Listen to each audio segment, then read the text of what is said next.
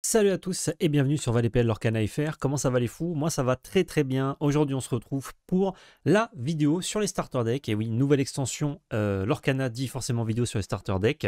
Deux decks comme d'habitude que je vais vous présenter dans leur version basique. Et je vais vous proposer cette fois-ci un upgrade pour chaque parce que c'était un petit peu difficile de trouver plusieurs upgrades, un peu comme je vous ai fait sur les précédentes vidéos où justement j'essaie de vous faire une upgrade avec que les cartes de l'extension, un autre avec des cartes au global. Là, c'était un petit peu maigre pour vous faire un deck uniquement avec les cartes de l'extension du chapitre 6, donc la mer Azurite. C'était possible, mais franchement, c'était un peu bizarre. Ça faisait jouer un peu des trucs qui n'avaient pas trop de sens. Donc, je préférais vous proposer directement un upgrade que je juge bon pour chacun de ces decks. Le but de cette vidéo, c'est de vous montrer du coup ce qu'on peut faire avec les decks de base, avec les starter decks, pour justement en faire des decks meilleurs.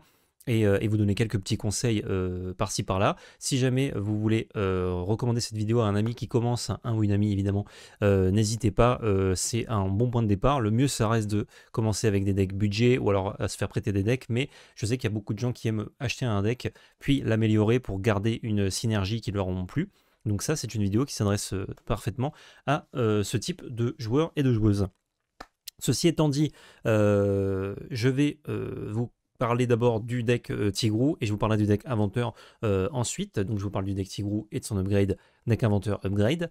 On met le pouce bleu anticipation de confiance d'abord. On met un petit abonnement, on met un petit commentaire. Et si vous faites ça, vous gagnez quelque chose. Vous gagnez potentiellement quelque chose, en tout cas vous êtes dans un tirage au sort, pour gagner tout simplement les deux decks, les deux starter decks. On en a reçu deux avec Val de la part de Lorcana Ravensburger. C'est des cadeaux un peu de presse envoyés à des influenceurs, créateurs de contenu, etc. Et on vous les a fait gagner la dernière fois, on vous les fait gagner. Cette fois-ci, au lieu de faire gagner deux dans deux vidéos, enfin un dans deux vidéos, on fait gagner les deux sur cette même vidéo. Donc quelqu'un va gagner les deux starter decks et pourra du coup se régaler avec ou les donner à quelqu'un si jamais vous n'en avez pas besoin pour qu'il se mette à l'Orcana et se régale. Comme ça, avec deux decks, vous pouvez tout de suite faire des duels de decks préconstruits, de starter deck, et ça marche bien en général. Donc voilà, petit pouce bleu, commentaire et abonnement, vous serez tiré au sort dans les prochains jours, et ça régale. Merci aussi Ultimate Guard qui soutient notre chaîne, nos chaînes même. Lien dans l'affilié dans la description, vous cliquez dessus, vous êtes sur leur site, c'est un site délicieux sur lequel vous pouvez acheter un maximum de produits pour protéger vos cartes et votre collection. Donc n'hésitez pas à checker les deckbox, les sleeves, les classeurs, c'est merveilleux tout ce qu'ils font. En plus ils ont des licences, c'est délicieux, ils n'ont pas encore leur canard, mais peut-être un jour ils commencent à tout avoir puisque c'est les boss. Voilà, merci à eux, merci à vous.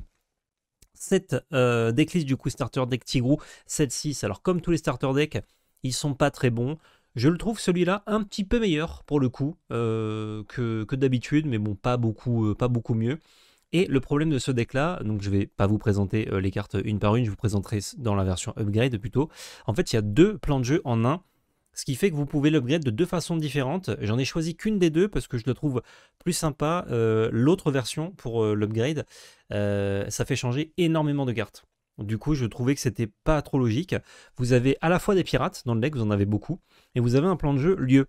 Parce que les pirates, on ne sait pas trop pourquoi, mais marchent bien avec des lieux. Peut-être les lieux qu'ils visitent avec leur bateau, je ne sais pas. Et du coup, on a pas mal de lieux, on a 5 lieux de base dans la decklist qui du coup marchent avec des cartes comme Félix Fix Junior. Lorsque vous jouez ce personnage, si vous avez un lieu en jeu, piochez une carte. Sauf que ce Félix, il n'est pas pirate. Donc lui, il va marcher avec les lieux si vous en avez, mais il va pas marcher par exemple avec Vaiana qui dit qu'elle peut défier s'il y a un capitaine en jeu. Alors, les pirates sont pas tous capitaines, mais il y en a plusieurs. Ou bien Winnie qui dit que quand vous l'envoyez à l'aventure, le prochain pirate que vous jouez coûte 1 de moins ce tour-ci. Et du coup, il y a deux plans de jeu côte à côte qui marchent pas très bien. En plus de ça, la base, c'est d'essayer de mettre des cartes en 4 exemplaires pour justement maximiser les chances de les piocher et de les jouer. Là, on voit que combien il y a de cartes en 4 exemplaires. Attendez, je regarde. Hein. Je regarde un petit peu, je vérifie. Voilà, il y en a 0. Il y a 0 cartes en 4 exemplaires. Il y a énormément de cartes différentes. Ce qui, pour commencer, pour faire des premières games, est un peu stimulant parce que du coup, vous allez faire beaucoup de parties différentes. Parce que plus il y a de cartes différentes, plus il y a des chances que vous jouez des cartes différentes à chaque partie. Mais ça veut dire que si vous voulez faire tout le temps la même chose pour justement optimiser vos sorties et que votre deck fasse ce qu'il est censé faire, plus vous avez de cartes différentes, moins ça le fait. On a des cartes comme Jasmine par exemple dans le starter deck, de 3 pour 3, ça fait perdre un lore, ça lore pour 2. C'est pas une mauvaise carte, attention, hein, mais elle est pas, elle marche pas avec les lieux, elle marche pas avec les pirates ni avec les capitaines. Ça n'a pas de sens. Ça n'a pas de sens d'avoir ça en 2 exemplaires, alors qu'on pourrait avoir, sans forcément avoir plus de rares, mais 2 maîtres hibou en plus. en tour 3. Parce que Maître Hibou, c'est un pirate. Et en plus, il a un effet qui est sympa. Donc c'est mieux. Il y a aussi Muche et Truc et Muche. On sait pas pourquoi. Qui sont là, ils sont perdus. C'est même pas du 7-6, c'est du 7-5. Donc on a aucune idée de ce qu'ils foutent là. Mais ils sont là. Cette base-là, du coup, je l'ai prise et j'ai choisi de la garder en mode de pirate. J'ai pas trop regardé niveau budget, j'ai juste pas mis de légendaire parce que les légendaires montent très vite le plafond. Et du coup, si vous commencez à acheter des cartes chères des légendaires, bah, vaut mieux acheter directement d'autres decks. Je ne recommande pas les decks que je vais présenter comme étant des decks pour aller faire des tournois. C'est des decks qui vont être fonctionnels et bien marcher pour faire des parties un peu plus casual, donc un environnement un peu plus amical, familial. Notamment si vous avez adoré certaines cartes de votre deck, vous dites ah j'ai adoré quand je jouais pirate, je jouais Michel avec Vaiana, c'est très marrant comme phrase.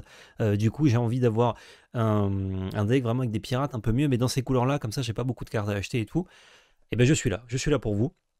Ne vous fiez pas au budget, le site met des prix américains, c'est dreamborn.inc le site, en fonction des marchés américains. Il y a des cartes, c'est effectivement le bon prix, et d'autres pas vraiment. Par exemple, ce petit gourou ne vaut pas presque 1$ pièce, c'est une commune de la nouvelle extension. Là, il vaut cher parce qu'il n'est pas encore sorti. Tout comme Michel. Michel ne vaut pas 1$, rassurez-vous. Donc ça fait que le prix de base, si vous le voyez là, de 67$ quasiment, ça n'a pas trop de sens, parce que vous achetez ce deck-là intégralement, c'est le deck de base. Hein. Vous l'achetez pour 15€, je crois. Donc 66$, ça fait genre 58€. Il y a un petit écart, voilà, ça marche pas trop, en plus il faudrait rajouter les frais de port, donc ne vous fiez pas trop au prix, mais ça peut vous donner une indication. De base, sur le marché américain, apparemment c'est 67$, l'upgrade est à 115$, donc on est un peu moins du double, donc si on corrèle ça avec ce que je disais avant, je dirais que vous en avez à peu près pour une quarantaine d'euros avec les frais de port, enfin ça dépend où est-ce que vous achetez vos cartes évidemment, mais une quarantaine d'euros à rajouter en plus du deck pour justement avoir ce deck là. Alors, les porcinés peut-être cotent un petit peu, mais bon, c'est 40-50€, je dirais, à rajouter. Ce qui n'est pas énorme, hein, pour avoir un deck qui tourne bien et tout, c'est assez cool. Donc, ce deck, je vous disais, pirate. Pirate, 49 personnages, on veut jouer du personnage, on veut agresser, on veut lorer, on veut faire ce que font les pirates, c'est-à-dire pirater. Non, cette phrase n'a pas de sens. On a beaucoup de tour 1, on a Coco Lapin, 1-2 pour 1 qui va soigner un de nos personnages, donc c'est un bon tour 1 qui peut être joué plus tard. Tour 1, c'est ok, même si c'est pas ouf, mais ça prend un peu le board. Et plus tard, bah, ça peut soigner un personnage qui est très bien. On a Vaiana, qui est un excellent tour 1. Vous ne regretterez pas votre achat. C'est une 3-2 pour 1 qu'on a mis dans le top d'ailleurs avec Val, que je vous recommande d'aller voir pour le top de l'extension. Qui ne peut pas défier à moins qu'on ait un personnage capitaine en jeu. Et on a beaucoup de capitaines. Donc ça va très rapidement être une carte qui peut défier dès le tour 2 si on a le petit Porcinet notamment ou la petite Wendy Darling. Michel Darling, 2-2 pour 1, vous allez me dire pas ouf, c'est juste un pirate, mais en fait pour avoir un bon compte de pirate, je voulais vraiment avoir le maximum de pirates possible dans ce deck, et des bons pirates si possible. Il fallait un peu creuser, il n'y en a pas assez en fait pour faire vraiment un deck pirate dans ces couleurs assez satisfaisant disons. Mais voilà, on va passer par des cartes comme Michel Darling. Idéalement, j'en mettrais un seul de Michel pour en avoir 9. 9, c'est le bon compte pour avoir statistiquement les bonnes chances d'avoir une créature, enfin un personnage à 1 dans votre main de départ, sans forcément compter le mulligan. Avec le mulligan, vous avez encore plus de chances d'en trouver. Là, je suis monté à 10 parce que au niveau des non ancrables, on est à 15. On est limite, hein, une carte sur 4, pardon, n'est pas ancrable dans le deck, mais ça passe. Ça passe, rassurez-vous, parce qu'il y a d'autres façons de jouer les personnages dans le deck. Porcinet, c'est un pirate, c'est un capitaine, il est excellent, c'est le loreur en chef. Pour 2, c'est une 2-2 qui va lorer pour 1 ou pour 3 si vous avez 2 autres personnages. Et justement, c'est pour ça aussi que j'ai mis un petit Michel Darling de plus, d'avoir beaucoup de tour 1, ça permet de maximiser les chances de faire tour 1, ça, tour 2 Porcinet, et tour 3, des tours 1 notamment, on vous gère votre tour 1, vous gérez une bête adverse avec un de vos tours 1 en le défiant. Et bien qu'à cela ne tienne, vous rejouez 2 tours 1 après le Porcinet et vous l'aurez pour 3. Et là, ça va vite. Hein. Là, les decks comme les méchants bleu-rouge, là, vous leur faites la course. Bon, vous avez peu de chances de gagner contre des decks du méta avec ce deck-là, mais je le dis au cas où. Donc ça, c'est du x4. Ce qui est x4 aussi, c'est Winnie. Winnie, évidemment, pour 2, on a une 2-2 qui réduit le coût des pirates de 1 quand il part à l'aventure, et qui a soutien en plus. Donc soutien, quand on le met, par exemple, on a joué Vaiana au tour 1. Ensuite, on peut se servir du Winnie pour donner soutien à notre Vaiana. On peut jouer au tour 3 un personnage qui coûte 4, comme le John Silver, qui est capitaine. Donc on joue un bon personnage plus tôt dans la partie, au tour 3, alors qu'il coûte 4. Ça débloque notre Vaiana, et avec le soutien, elle a 5, elle peut bam, mettre une grosse patate dans une créature adverse, imaginons. Bon, au tour de 3, Normalement, il n'y a pas de très gros trucs, mais on sait jamais. Vous voyez, ça fait des petits trucs un petit peu sympas. En tour 2, encore une fois, on a 12 tours 2, on veut vraiment faire tour 1 dans tour 2. C'est pas le but du deck, mais on a envie de faire ça, et c'est intéressant d'avoir beaucoup de créatures qui coûtent pas cher pour plus tard. On verra pour une carte qu'on verra plus tard. Wendy Darling, 1-2 insaisissable pour 2 non l'ancrable, elle lore pour 1. Et si on a un autre pirate en jeu, ce qui va être le cas dans ce deck, hein, si vous n'avez pas d'autres pirates en jeu, c'est vraiment que ça se passe très très mal la partie, elle va être 2-2 insaisissable et l'aurait pour 2. Et du coup, on va pouvoir faire la course au lore. Donc vous avez un plan avec Porcinet et Wendy Darling pour justement vite l'orer. Vos tours 1 sont là pour un peu tenir le board ou l'orer si jamais il se passe rien en face. Et Winnie l'ourson, si jamais vous n'avez pas Porcinet ou Wendy Darling pour justement gagner pas mal de lore en début de partie, il va vous permettre d'accélérer et de jouer vite des tours 4 ou 5, voire plus, pour justement profiter de son accélération. Et ça c'est bien. Maître Hibou, bon lui c'est juste que c'est un tour 3 ancrable, donc c'est sympa, hein, c'est un pirate qui va mettre moins 1 de force jusqu'à votre prochain tour quand vous ancrez. Donc vous allez faire qu'une seule fois par tour, hein, évidemment, parce que vous pouvez pas mettre 2 angles dans le tour dans ces couleurs-là. Prof, qui n'est pas du tout un pirate, et qui est de l'extension 2, qui est de tard d'époque, comme on dit. C'est une 2-3 pour 3 qui lore pour 2, donc c'est un bon loreur, c'est dans l'optique de voir des loreurs de début de partie. Et quand il est envoyé à l'aventure, le prochain personnage que vous jouez durant ce tour coûte une encre de moins, ce qui permet un peu comme le Winnie, de jouer plutôt, du coup au tour 4, nos tours 5 comme le Capitaine Crochet, ou Vaiana qui est une alter à 5 également. Mais on y viendra plus tard, je fais dans l'ordre. Tigrou, ça c'est vraiment parce qu'il me fallait des pirates ancrables, du coup j'ai 2 Tigrou. Il y en a un de base dans le deck, si vous voulez pas acheter un autre, parce qu'il y a des chances qu'il coûte un petit peu de sous, si jamais des gens le testent, mettez un Michel Darling à la place, franchement. L'effet de ce Tigrou est pas ouf, c'est une 0-4 pour 3 insaisissable qui lore pour 1, et quand on a joué une action, enfin chaque fois qu'on joue une action, il gagne plus 1 de force et plus 1 de lore pour le reste de ce tour, sauf qu'on a très peu d'actions dans ma version, et jouer beaucoup d'actions, ça marche pas spécialement avec les decks pirates je trouve, donc voilà, oubliez le deuxième effet du Tigrou, enfin ne l'oubliez pas si vous le déclenchez, mais n'essayez pas de le déclencher à tout prix, c'est juste qu'on a un tour 3 ancrable qui est pirate, et qui peut lorer assez facilement, parce qu'il a quand même insaisissable avec 4 d'endurance, enfin 4 de points de vie, 4 de ténacité, je crois que c'est le vrai mot. Du coup, les adversaires vont avoir beaucoup de mal à aller chercher, vu qu'il est insaisissable. Sauf avec des sorts gris. Mais ça va chercher toutes les bêtes. On passe au tour 4 maintenant. John Silver. Pour 4, vous avez une 2-4 non ancrable qui lore pour 2, qui est pirate et capitaine. Excellent, merci le J d'avoir ces deux types. Chaque fois que ce personnage est envoyé à l'aventure, et vu qu'il lore pour 2 avec beaucoup de points de vie, c'est parfait. Vous pouvez choisir un autre de vos personnages, infligez-lui un dommage et redressez-le. Ce personnage ne peut pas être envoyé à l'aventure pour le reste de ce tour. Ça sert à protéger vos personnages, vous leur mettez un petit point de dégâts, mais vous les redressez pour ne pas que l'adversaire puisse aller les chercher. Si vous jouez contre du gris, attention, vous n'êtes pas obligé de faire le dégât, donc ne le faites pas, parce que sinon c'est plus facile pour l'adversaire d'aller chercher vos personnages. Et ça marche très bien avec des cartes que vous allez jouer un petit peu plus tard, qui vont vous permettre de ce fait de lorer, puis d'aller chercher un personnage, ou bien tout simplement de lorer et de protéger, comme je vous le disais. Notre autre tour 4, ce n'est pas un pirate, les deux seules cartes non pirates du deck sont Prof et Vaiana. Je cherchais en fait les tours 4, il y a un autre pirate qui est non ancrable, mais malheureusement il y a trop de non ancrables, c'est un Kakamora 5 de charge qui est vachement bien, hein, qui est dans le deck de base, mais voilà, il fallait faire attention à ne pas avoir trop de non ancrables, donc je me suis tourné plutôt sur cette Vaiana, qui est 3-4 pour 4, insaisissable. Elle a des stats correctes, l'or pour 1, elle est insaisissable, et vu ses stats, elle va être très difficile à aller chercher. Franchement, elle est sur un bateau, elle aurait pu être pirate. Vous lui mettez un petit bandana, un petit chapeau, elle est pirate. Donc franchement, dommage. Ah, dommage. Mais ça nous permet d'avoir un alter de plus pour la Vaiana, en plus qu'elle coûte 4 et que la Vaiana coûte 5. C'est pour ça qu'elle est là, évidemment. Tout le monde a oublié que cette carte... Oula. Bah tiens, je vous parle de la belle illustration. Tout le monde a oublié que cette carte existait. Le Capitaine Crochet pour 5, on a un pirate capitaine 5-4 qui lore pour 1. Chaque fois que ce personnage en bannit un autre via un défi durant votre tour, redressez-le. Il ne peut pas être envoyé à l'aventure pour le reste de ce tour, mais ça veut dire qu'il peut faire tout et gérer plein de trucs en face, ça c'est très bien. Et les personnages Peter Pan perdent insaisissable, ils ne peuvent pas gagner insaisissable. Il n'y a pas beaucoup de Peter Pan qui sont joués, donc on s'en fiche un petit peu. Voilà, c'est un effet qui se coule.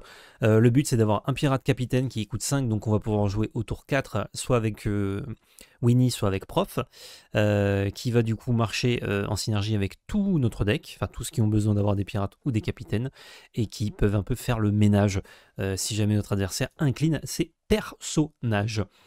On arrive sur le haut du panier, et c'est pour ça qu'on veut jouer énormément de pirates, 49 personnages, c'est pour ce Jim. Le Jim Hawkins pour 7, c'est une 4-7 rempart qui leur pour 2, qui est pirate et capitaine, excellent. Quand il arrive en jeu, enfin quand on le joue, on regarde les 4 cartes dessus de notre pioche. Parmi ces cartes, vous pouvez révéler et placer dans votre main autant de personnages pirates que vous le souhaitez. Placez les autres cartes sous votre pioche dans l'ordre de votre choix. C'est pour ça qu'on veut jouer un maximum de pirates et de personnages, parce que sinon j'aurais pu virer des tigrous, mettre des actions, etc. Mais je voulais m'approcher des 50, j'aurais aimé un peu plus, mais bon, on s'arrête à 49, c'est pas dégueu. Parce que si, quand vous jouez votre Jim, donc vous pouvez jouer en rempart pour protéger tous vos personnages d'ailleurs et continuer à l'ouvrir. Vous piochez, donc là il y en a 49 sur 60. Il y a de très grandes chances que ce Jim vous fasse piocher 3 pirates à chaque fois. C'est des stats faits au doigt mouillé, hein, mais c'est à peu près ça. Ce qui en fait une carte vraiment très forte. Même si c'est des pirates, même si c'est des Michel Darling, des Coco Lapin, des Vaiana, c'est pas grave, ça vous a fait piocher 3 cartes. C'est énorme. C'est énorme et vous n'avez pas besoin ensuite de jouer forcément d'autres personnages si vous avez peur de vous prendre des soyez prêts ou autre. Vous restez un peu tranquille, vous avez pioché tous vos pirates et quand l'adversaire doit bouger parce qu'il est derrière, ben là vous rejouez vos personnages et vous êtes bien. Donc voilà, c'est pour ça qu'on joue énormément de pirates. Et des pirates pas forcément très très bons comme Tigrou parce qu'on veut en piocher. Et vous êtes content de juste piocher des cartes avec Jim. Vous allez régulièrement piocher 4 cartes avec Jim. Hein.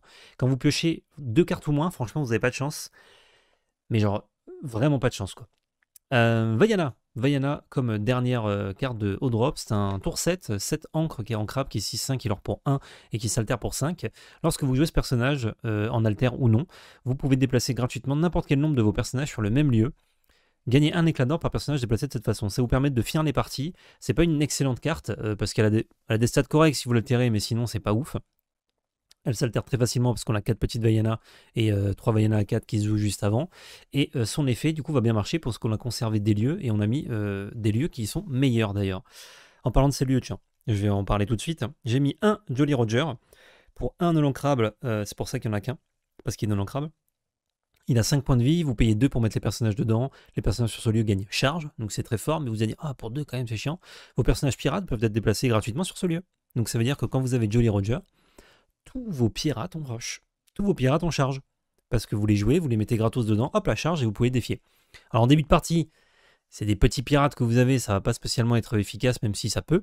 Mais en milieu de partie, en fin de partie, quand vous allez jouer des Jim Hawkins, des Vaiana, qui vont se foutre sur le Jolly Roger et avoir le rush et tabasser les personnages adverses, ou alors un capitaine crochet, hein, le combo est fou. Le combo est juste fou. Ça va être délirant. Autre terrain qu'on a, autre lieu, Rocher du Crâne, forteresse isolée. Pour 2 en crabe, ça coûte 1 de coût de déplacement et il a 6 points de vie. Les personnages sur le lieu gagnent 1 de force. Et au début de votre tour, si vous avez un personnage pirate sur ce lieu, gagnez 1 éclat de l'or. Donc ça, pareil, ça vous permet de gagner un peu de l'or à distance. Ça a des points de vie décents par rapport à son coût. Ça donne plus 1 de force. Donc pour 4 en tout, vous pouvez mettre un personnage dessus pour qu'il ait plus 1 de force et taper quelque chose. C'est pas mauvais, il y en a 2 ou 3 dans le deck de base, il y en a 2 je crois, et ça marche avec les pirates, et ça permet d'avoir un kill entre guillemets, une façon de gagner la partie, une condition de victoire, grâce à la Vaiana en ayant suffisamment de lieux. Jolly Roger, vous allez me dire, ouais mais c'est vachement bien quand même, c'est dommage de ne pas en avoir plus, mais en fait techniquement on en a un de plus. J'avais 2 Jolly Roger à la base, et je l'ai enlevé pour laisser poser des îles sur l'océan. Pour 3 non ancrables, on a une chanson, cherchez une carte lieu dans votre pioche, révélez-la à tous les joueurs et placez-la dans votre main, mélangez votre pioche ensuite. Ce qui en fait va nous permettre d'aller chercher notre Jolly Roger si on l'a pas. Et si on a déjà notre Jolly Roger, d'aller chercher un rocher du crâne. Donc les stats, enfin les parties où vous avez pioché tous vos lieux et vous avez pioché ça ensuite, bon, vous n'avez pas de chance pour le coup, mais c'est pas très grave. C'est une façon d'avoir un deuxième Jolly Roger. Vous n'avez pas besoin d'en avoir beaucoup. Il peut être géré assez facilement, mais s'il a fait son taf sur 1 ou 2 tours, ça suffit largement. Donc c'est pour ça qu'on a une petite chanson ici.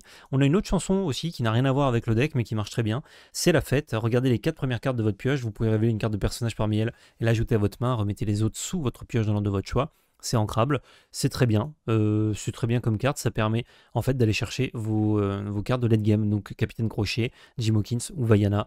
Avec ça on pourrait en jouer un peu moins justement parce qu'on va les chercher, mais c'est bien d'en avoir une grosse densité, comme ça on peut en jouer plusieurs. Quand vous jouez plusieurs Jim Hawkins dans la partie, l'adversaire il va vraiment faire la tête. Une carte non ancrable que j'ai laissée de la decklist de base parce qu'elle est sympa. Pour un, c'est le bateau pirate de Winnie, en plus d'être trop mims. Regardez-moi ce petit porcinet là en costard. Vous pouvez l'engager, payer 3 et renvoyer un personnage pirate de votre défausse dans votre main. Il y a pas mal de decks qui ne gèrent plus trop les objets maintenant. Alors au chapitre 6, peut-être que ça va rechanger, mais en tout cas en fin de chapitre 5, il y a pas mal de decks qui juste n'interagissaient plus avec les objets parce que trop d'objets en fait à interagir ou alors ça servait à rien. Donc il y a de belles chances que ce bateau pirate reste en jeu et ben en fin de partie, ça va juste vous faire gagner, puisque vous allez reprendre tous les tours un pirate, le rejouer. Si votre adversaire le gère, bah vous le reprenez tour d'après, notamment vos pirates de début de partie comme Porcinet et Wendy Darling qui sont un enfer. Vous reprenez des personnages insaisissables, c'est très dur pour l'adversaire de les gérer tous les tours. Donc c'est très fort, c'est non ancrable, et quand vous en trouvez deux, c'est vraiment mauvais, parce que ça coûte quand même cher à activer. Donc on n'en joue qu'un, et il est dans la decklist de base, donc c'est très bien. Voilou, ce que je pense de ce deck, c'est que ça peut faire des trucs, honnêtement. Il y a une synergie, une stratégie pirate assez simple à mettre en place. C'est pas du tout difficile à jouer. Il faut faire un peu attention au mulligan. Vous avez une courbe. Si vous avez regardé les tutos sur cette chaîne, vous savez ce dont je parle. Sinon, allez voir les tutos. Une courbe qui est très agréable. Hein, beaucoup de tour 1, tour 2, puis hop, là ça descend un peu et on remonte à la fin. Mais la fin, déjà, elle justifie les moyens. Et surtout, vous voyez, les drops 5, 7, 7, enfin, qui est un drop 5, on en a 10, mais ils sont tous ancrables. Vous ne pouvez pas être gêné par vos cartes chères dans ce deck-là, parce qu'ils sont tous ancrables. Il y a 15 non ancrables, mais c'est que les trucs qui jouent vite. Donc en fait, des Winnie l'ourson et des Wendy Darling, si vous en avez un peu trop dans la main, enfin un peu trop non ancrables, vous pouvez quand même jouer vos Winnie et vos Wendy, parce que vous aurez forcément 2 ancrables qui traînent. John Silver, il peut être un petit peu plus relou, mais c'est ok. Et puis ça, c'est des cartes utilitaires, vous êtes régalé de les avoir, parce que justement, vous les avez en peu d'exemplaires. Par pitié, chantez, posez des îles sur l'océan, ne la jouez pas à la main. Enfin, ça dépend des situations, mais en général, chantez-la. C'est la fête, par contre, vous pouvez jouer à la main, ça, il n'y a pas trop de galère. D'ailleurs, c'est la fête, pareil, ça profite comme Jim Hawkins d'avoir énormément de personnages. Vous allez avoir du choix. Au-delà d'avoir tout le temps un personnage sur les 4 cartes du dessus, vous allez avoir un choix pour justement aller chercher la carte qu'il vous faut, et ça, c'est bien.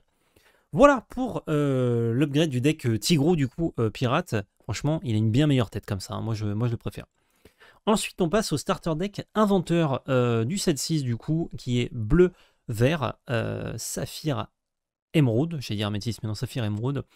Alors là, ils ont mis un peu de tout. Là, c'est le fourbi. Ils se sont dit, on va mettre des inventeurs. Donc, il y en a. Hein. Il y a Yokai, Gogo Tamago, Onelemon, Gadget, Tante Cassie, qui n'est pas une inventrice, mais qui marche avec les inventeurs. Alistair Cray, Bmax, qui marche avec les inventeurs. Hiro, Hiro Amada, enfin, deuxième Hiro, pardon. Wasabi, Dingo, Gadget. On dit, waouh, il y a pas mal d'inventeurs. Oh, ils ont mis des objets aussi, c'est bien avec les inventeurs. Et ils ont mis à côté des cartes, on ne sait pas pourquoi. Ils ont mis Fred. C'est une bonne carte, attention, hein, mais ils ont mis Fred. Ils ont mis Pimprenel. Ils ont mis un 2 Stitch, parce que j'aime Stitch. Ils ont mis AA, ça c'est le signature move, j'aime bien, ça me fait rire. Ils ont mis des Basile, des Clarabelle, des Prince Philippe, qui sont pas des mauvaises cartes, hein. Ils ont mis des Pickley, des Dawson, des Heathcliff, des Ben. Mais qu'est-ce que ça fout là? Allez, ça c'est un robot, Ben. Pourquoi pas? Ça peut marcher avec Hiro Amada éventuellement. Ludwig von Drake, c'est des gros stats, on ne sait pas ce que ça fait là. J'ai pas compris. J'ai pas compris le délire. Et là, pour le coup, il n'y avait pas 1000 façons de modifier ça. Soit on modifie dans un deck vert bleu classique, mais du coup on change tout. Et on garde 2 inventeurs max. Soit on le change en deck vraiment inventeur, tourné autour des objets et tout. Et c'est ce que j'ai fait. Avec cette version-là, on a conservé du coup un seul tour 1 en créature. On n'a que le yokai parce qu'il est inventeur et que ça marche avec certaines cartes. Pas génial. Pas génial le yokai, mais c'est histoire d'avoir des trucs à jouer au tour 1. Et en autre tour 1, on a la glace à l'eau également. On a beaucoup d'objets, j'en parlerai après, on en a 12, c'est vraiment beaucoup. Ensuite, on conserve Gogo Tamago et Onelemon. Gogo Tamago en 4 exemplaires, Onelemon en 2. Ce sont 2 cartes qui peuvent se jouer à 4, même si on a déjà pas mal de tour 4 dans le deck, mais c'est versatile. Et on préférera plutôt jouer un gadget du coup au tour 2 qui a de super stats, qui en plus se shift avec la gadget plus tard, mais bon, chaque chose en son temps. Gogo Tamago, du coup, c'est un tour 2, insaisissable pour 2, c'est une 2-2, le ancrable qui dort pour 1, et on peut payer 2, donc la payer pour 4 en tout, pour choisir un personnage adverse et gagner autant de l'éclat de l'or qu'il y a de dommages sur lui. Ça, c'est une carte, si vous pouvez, vous la gardez pour la fin de partie, et vous gagnez plein d'éclats de l'or à distance, et le mec, il est deg, et vous êtes content. Onilemon, pareil. Onilemon pour 2, c'est une inventrice 1-1 killer pour 2. Ça, c'est un bon horreur de début de partie. Lorsque vous jouez ce personnage, vous pouvez payer 2. Si vous le faites, chacun de vos adversaires se défausse d'une carte de son choix. Donc ça permet d'attaquer la main, c'est sympa. Celle-là, par contre, vu qu'elle lore pour 2 en début de partie, c'est très bien de la jouer pour 2. Il y avait une option de jouer vraiment très low curve, très basse curve, de jouer beaucoup de trucs qui coûtent 1, 2, voire 3, et pas beaucoup d'autres choses. Notamment avec le nouveau Flowersham qui est inventeur et qui lore pour 3, pour 2 non ancrables, qui est une 0-2. Sauf que j'avais peur que la densité, j'avais l'impression, j'ai essayé un peu cette version-là, la densité de cartes pour faire ça n'était pas suffisante. Du coup, ça m'a amené à jouer d'autres trucs finalement un peu plus lents et donc ça marchait moins bien. Donc j'ai préféré faire un truc plutôt inventeur classico. Mon gadget, elle est 2-3 et on a une gadget qui se shift dessus. C'est pour ça qu'elle est là notamment. Bmax en tour 3, c'est une 0-4, qui est une enchantée. 0-4 pour 3 ancrables qui lore pour 2. On peut le jouer pour 1 de moins, donc pour 2 si on a un personnage inventeur en jeu. C'est pour ça qu'on joue beaucoup d'inventeurs. Et on peut payer 2 pour choisir un autre personnage et lui retirer un jeton de dommage. C'est bien. C'est bien Bmax notamment parce qu'on va pouvoir vite jouer un petit inventeur au tour 4 par exemple, puis Bmax dans le même tour, donc on joue 2 bons personnages. L'adversaire il est un peu dans les choux et ça nous arrange. On continue sur les inventeurs, on a Belle. Belle c'est une 2-3 pour 3 ancrable qui lore pour 2. Lorsque ce personnage est envoyé à l'aventure, le prochain objet que vous jouez durant ce tour coûte 1 de moins, une encre de moins, et on en a 12, donc ça marche très très bien. Si l'objet coûte 1, il est gratuit du coup. Et ça c'est très intéressant. On a mis 2 petits Géotrouve-Tout, on a oublié que cette carte existait, ben oui, c'est normal. Pour 3, on a une 1-4 qui lore pour 1, et on peut l'engager pour remettre une carte objet de notre défaut sur le dessus de notre pioche. Et ça c'est bien. Ça c'est bien parce qu'on a des objets qui se sacrifient, qui font des effets, donc ça permet de les faire un peu tous les tours. Notamment avec Flowersham, ça marche très bien. Évidemment, le roi des inventeurs. Pour 4, on a une 1-6 qui lore pour 1 quand on l'envoie à l'aventure, ou lorsqu'on le joue, on peut bannir un de nos objets pour piocher 2 cartes. Et comme on a énormément d'objets, c'est facile d'avoir un objet quand on joue Flowersham. Et justement, avec Géotrouve-Tout, on peut reprendre des objets, les remettre au-dessus, qu'on va repiocher, resacrifier avec Flowersham, etc. On pioche 1000 cartes, l'adversaire est débordé, ça fait notre affaire. Autre raison de jouer des inventeurs, c'est le Hiro Hamada. Je suis pas sûr qu'on en ait beaucoup besoin, j'en ai mis que 2. Si jamais vous êtes super content de la carte, mettez-en plus et enlevez des wasabi. Typiquement, parce que j'avais un peu hésité entre les deux, ou d'autres cartes que vous n'avez pas, hein, pour mettre plus de Hiro Hamada si vous voulez. Un 5 pour 4 ancrable qui lore pour 1. Vos autres personnages inventeurs gagnent résistance plus 1, donc ils sont très durs à aller chercher. Et ça marchait bien avec le plan de jeu, notamment très aggro, ou simplement pour protéger un peu votre board. Pour 2, vous pouvez regarder la carte du dessus de votre pioche, remettez-la soit sur le dessus, soit en dessous. C'est bien en fin de partie quand vous n'avez plus grand chose à faire, vous n'avez plus trop de mains par exemple, ce qui est normalement rare avec ce deck, mais ça peut arriver. Bah, vous pouvez payer 2 pour regarder un petit peu ce qui va se passer au tour suivant. Et vous pouvez le faire plusieurs fois dans la partie, attention. Plusieurs fois dans le tour même. Wasabi en 2 exemplaires, c'est pour ça que j'ai 2 et 2, c'est parce que je ne sais pas lequel est le meilleur. Pour 4, on a une 3-3 qui lore pour 1 qui est ancrable. Lorsqu'on joue ce personnage, on peut choisir un objet et le bannir, son propriétaire gagne un éclat de l'or. N'hésitez pas à le faire sur vos propres objets pour gagner de l'or à distance et à les reprendre avec Géotrouve-Tout, c'est très bien. Durant votre tour, ce personnage gagne insaisissable, ça permet d'aller chercher avec un bon body 3-3 des personnages adverses, c'est cool. Yokai, il est excellent. Pour 4 non ancrables, on a une 3-3 qui lore pour 2, inventeur. Chaque fois que ce personnage est envoyé à l'aventure, vous pouvez renvoyer l'un de vos objets dans votre main. Si vous le faites, le prochain objet que vous jouez ce tour-ci coûte 2 de moins. Et ça marche super bien parce qu'on a 6 objets en tout qui font un effet quand ils arrivent en jeu de piocher une carte. Donc c'est super. Dingo qui était dans le deck de base qu'on met en x4 également. Pour 5 en ancrable, on a une 1-4 hors d'atteinte qui lore pour 3. Donc vous voyez qu'on a beaucoup de bons loreurs quand même dans le deck. Et chaque fois que ce personnage est envoyé à l'aventure, choisissez un personnage qui gagne hors d'atteinte jusqu'au début de votre prochain tour. Donc ça peut protéger votre carte de fin de partie que vous allez jouer après, ou des cartes importantes comme Flowersham ou le Yokai. Gadget pour 4, j'en ai mis que 3. Oh, elle a une enchantée aussi, j'avais oublié. J'en ai mis que 3 parce que je sais pas trop quelle est la meilleure carte de l'endgame. Pareil, à vous de tester, de voir, de changer potentiellement. Et on n'en veut pas non plus énormément parce qu'elle n'est pas très bien à 6. Elle est très bien à 4, mais elle n'est pas très bien à 6. De base, elle coûte 6, du coup en ancrable, elle est 3-6, elle lore pour 3, mais elle peut s'altérer pour 4. Et quand vous altérez ça sur la gadget, c'est vraiment très très bien. Tant que vous avez 3 objets ou plus en jeu, jouer des personnages inventeurs vous coûte 1 de moins. Une raison de plus pour jouer beaucoup d'inventeurs. Et elle est toujours inventeur, hein, sinon ça ne marche pas évidemment avec le deck. Alors cherchez pas spécialement à avoir 3 objets tout le temps avec gadget, hein, si vous avez besoin de sacrifier les objets, sacrifiez-les. C'est juste qu'en altération, ces stats-là, c'est vraiment très très bien. Maurice, vous avez oublié que ça existait depuis le chapitre 1, mais c'est normal. Maurice, le plus célèbre des inventeurs. 2-7 pour 6, donc c'est très dur d'aller chercher. Il est en crabe, il est hors pour 2. Lorsque ce personnage est envoyé à l'aventure, le prochain objet que vous jouez durant ce tour coûte 2 de moins. Ça fait un peu comme Yokai, sauf que là on n'a pas besoin de renvoyer des objets en main. Et lorsque vous jouez un objet, vous pouvez piocher une carte. C'est pour ça qu'on joue le Maurice, c'est parce qu'il est délicieux ce Maurice. On n'a pas beaucoup d'exemplaires de late game, donc n'hésitez pas à mettre un peu plus de Maurice ou de Tadashi ou de Gadget si vous le souhaitez, si vous trouvez que ça manque. C'est juste que je voulais pas que ça pollue un peu trop la main, et on les trouve assez facilement puisqu'on pioche énormément avec le deck, avec nos objets, avec le Flavor Charm, on va piocher. Ça marche bien quoi, on peut abuser de nos objets avec des cartes comme le Yokai ou comme Géo trouve tout, donc voilà, c'est assez cool. Dernière carte de late game, Tadashi Hamada pour 6. En crabe, on a une 3-3 qui est pour 3. Donc c'est un gros loreur encore une fois. Et il a plus 1 de force et plus 1 point de vie pour chaque objet qu'on a en jeu. C'est très simple d'en avoir 2 voire 3 vu qu'on en joue 12 quand on joue le Tadashi. Donc on a une 5-5 ou une 6-6. C'est des gros stats. C'est dur à gérer pour votre adversaire. Ça permet de finir la partie. C'est cool. Dans les actions, il n'y en a qu'une seule. Elle est dans le deck de base. C'est pour ça que je l'ai laissée parce que c'est assez fort. Tuer revenu pour 3 en non-ancrable. Choisissez un personnage et redressez-le. Ça vous permet d'aller 2 fois lorer avec des loreurs à 2 et 3 dans le deck. C'est quand même très bien. D'aller chercher des bêtes en face, donc vous allez en chercher une, vous le redressez, vous allez en chercher une autre. Vous pouvez faire plein de trucs avec tuer revenu, je recommande pas spécialement d'en mettre plus parce que c'est non ancrable, on est... Ah non, dans cette version, pardon, on n'a pas beaucoup de non ancrable, donc pour le coup vous avez un peu de place. Mais en fait ça marche quand vous avez des bonnes bêtes, et les bonnes bêtes vous les avez si vous avez le board, et si vous avez trop de tuer revenu, vous n'avez pas le board, parce que vous avez des cartes qui sont bien qu'une fois que vous avez le board. Donc attention, attention avec cette carte là, c'est une très bonne carte en x1, x2 peut-être, j'en mettrai pas beaucoup plus dans ce pack là. C'est très bien avec Flower Cham aussi, ça vous permet de piocher 4 dans le tour, c'est quand même pas dégueu. Pour les objets, on a Glace à l'eau, le classique, le sempiternel, pour 1 ancrable. Lorsqu'on joue cet objet, on peut piocher une carte et on peut le bannir pour enlever 2 dégâts d'un personnage, c'est très bien. On a aussi 2 invocateurs d'encre cachée, qui est non ancrable, qui fait piocher quand il arrive en jeu, et toutes les cartes de votre main sont considérées comme ayant le symbole ancrable, donc on peut tout ancrer avec ça, mais c'est pas trop un problème en général dans ce deck là, puisqu'il y en a très peu.